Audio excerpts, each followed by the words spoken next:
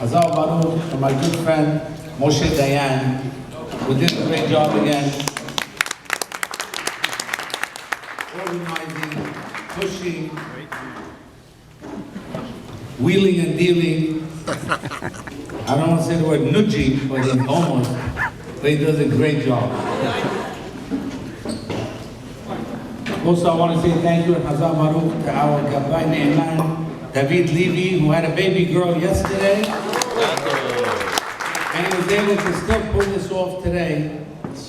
He put his wife in the hospital, put his kids somewhere else, and did the rest of the job himself. We got everything done beautifully. It's Voda Torah. As you see on the sign in front of you, today is the yard site of Shaul Ben Sacha Sultan, Ave Shalom, and Jeremy and his family graciously dedicated this morning, and they are the ones who are sponsoring this morning's Siyum in memory of their father. I want to also mention today's also the yard site of Rabbi Semach's mother, who is related to Charlie Salt. They were cousins, aunt. And it's Meta Shem Zot, exactly to be the same day, should be Le'ilui Nishmat, all of those who we've been celebrating today.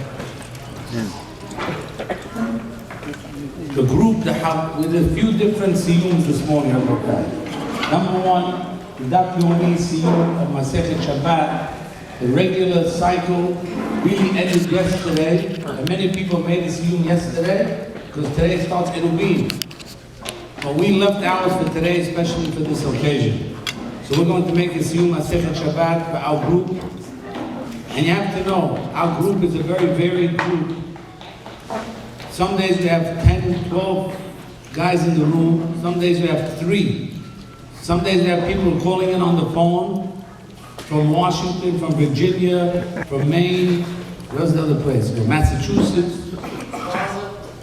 Florida all the time. We used to have phone calls, and some of them are away today for the different various reasons. But the happiness and the excitement and the completion affects all of us. So we have our Masechet Shabbat Siyum, which we're going to do momentarily. Jeremy is going to make a Siyum on also Masechet Shabbat with us, but he's also going to finish Masechet Erubin, which will finish Shas, which was done in memory of his father by a group of learners in Israel, and they left the last part of Erubin for him to do, and therefore he will finish Shas, Mishnayot Taharot, also the complete Seder, the complete order of everything in memory of his father. He's going to make that Siyum together, and then we'll say the Kaddish. I just want to recognize also, we have the Chabura that's learning by us, Rabbi Achnuna, by David Franco, my son Rabbi Zafran is teaching this morning. But the group of Bnei Torah we learn every morning, every night in our shul and in our community have made tremendous impact, tremendous aliyah of Torah learning. The Chabura has contributed to the learning of their group, but of every other group. Rabotai is a concept, Kin'at Sofrim Tarbeh Chokhmah. When you see people learning, you become jealous. Why? Because our neshama yearns for Torah study, yearns for closest to Hashem, and there's nothing closer to Hashem only through the Torah. But we're saddled and we're bogged down by the rest of the worldly things which get in the way. Yet when we see people learning Torah, we can't help but say, I want to be part of this. And that's what the beauty of this Siyum, this communal Siyum, communal breakfast. Each one could have made a Siyum privately. Each one could have made something in their own little corner. And again, Moshe, thank you, Hazal Baruch, for pushing us. But doing it creates an atmosphere, creates an avirah, creates a thirst that people, I want to be part of it. Rabotai, we remember a few months ago we went to MetLife Stadium, 90,000 plus. Some of us did it last cycle. Where was that? Continental Arena, the time before Madison Square Garden. I was thinking to myself, in the early 1900s, when Rabbi Meir Shapiro, the Chnono Bracha, had the idea to do a daf. It was his idea, some say it was someone else's idea, but he pushed it up. He pushed it. And he mentioned it. Why doesn't everybody learn the same page over?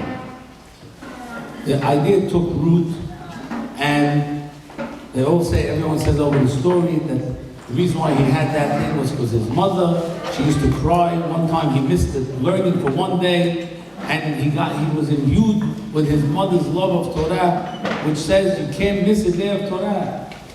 Some of us, if you don't have this regimen, you learn when you have time. Who has time? When I have time. You don't have time. The Yitzhak will make sure you don't have time. The Daf Yomi will make sure you will make time. Because what happens when you fall behind for the Daf? You're in big trouble. I was with someone this few months ago, who lost his father. He was an avid Daf Yomi participant. And he couldn't do because of Abelut. He asked, is there heter, is there permission to learn Daf Yomi during the 7 days? No, there's no permission. Not on Torah. He said, I'm suffering because now I'm going to be 7 pages behind. The Daf keeps moving. So the Daf is one way that we can commit ourselves to learning Torah. The Habura, every different group, everyone who learns Torah with a group, with a commitment, knows if you're committed, if you're part of something, especially with a group of others, each one pushes the other one along, this will give you that impetus, will give you that heshek. Sometimes I come into the morning, every morning I come to do the daf.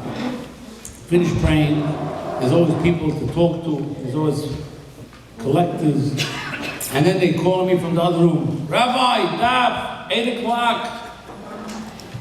They start sending out feelers, start sending people, Rabbi, the daf. Till you get into it, okay, I have so much to do. You sit down, you forget about it, you open the Gemara, and the word of Hashem connects to us. And then you realize there's nothing better. There's nothing more important.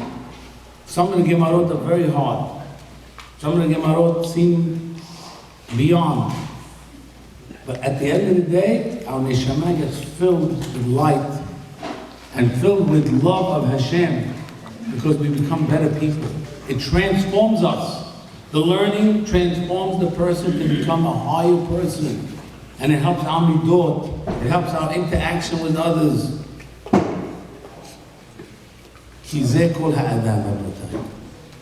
God gave us the Torah for us to learn. We are the people of the book. We suffered because we learned. We have the Torah. Har Sinai, Sinai yarda le'olam.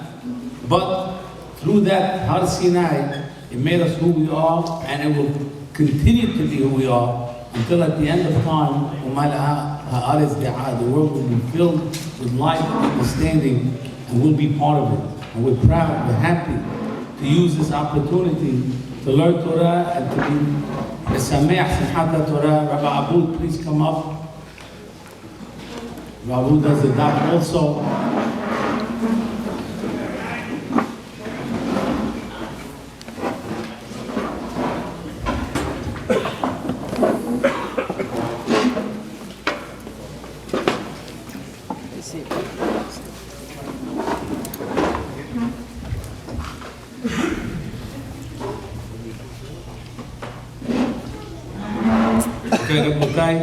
The last 5 lines of the Gemara Shabbat. Ullah ikla leberesh galuta. Ullah went to the exilarch, the head of the exile in Babel. He used to be the Resh Galuta. He was in charge of the Galut. He was like the prince in exile. Hazil Rabba Barabuna Diatim Babna de Maya become a shachle. Mullah saw Rabba Barabuna was sitting in a barrel of water, measuring it. The Gemara that we just read before, right before these few lines, talks about you're allowed to measure on Shabbat. If it's measurement of a mitzvah, you're allowed to measure. On Yom